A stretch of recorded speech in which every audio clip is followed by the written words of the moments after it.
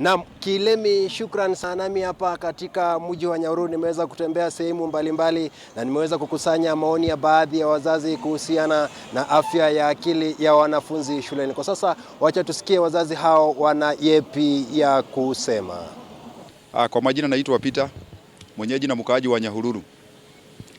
Hii mambo ya mashule kulingana na vile tumeona vile watoto wanafanya mashule, mimi ningeomba tu serikali iangalie sana, ipe walimu elimu ya kutosha ama iwafunze vizuri mambo kuhusu kuangalia watoto kuhusu hii magonjwa. Hii ugonjwa inakuaga na watoto ya akili. Kwa sababu hakuna mtu anaweza fanya kitu na ni mtoto akiwa shuleni akiwa sawa. Kwa sababu huwezi paga diru na mtu mfanye kitu ambaye itaumiza wengine.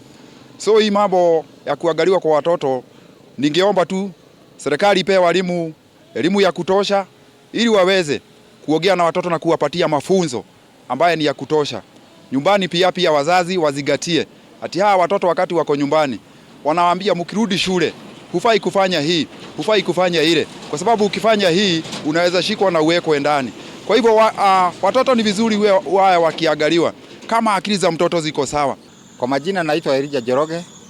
Mimi anafanya kazi ya bodaboda huku Nyahururu.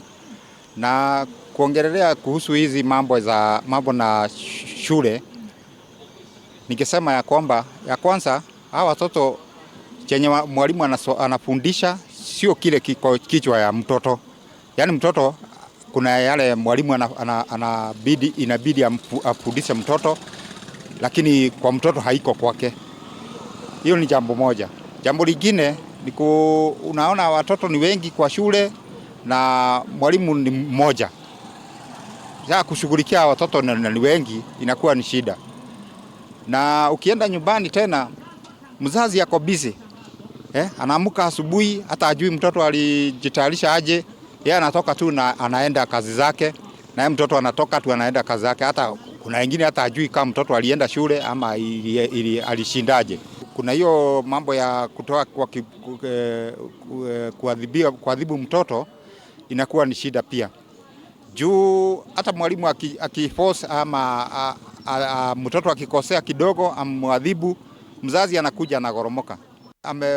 Atadhiriwa, ataponea wapi ama atatokea wapi? Hana shughuli. Sasa hiyo ndio shida na inafaa iangaliwe. Bodaboda pia wapewe kazi.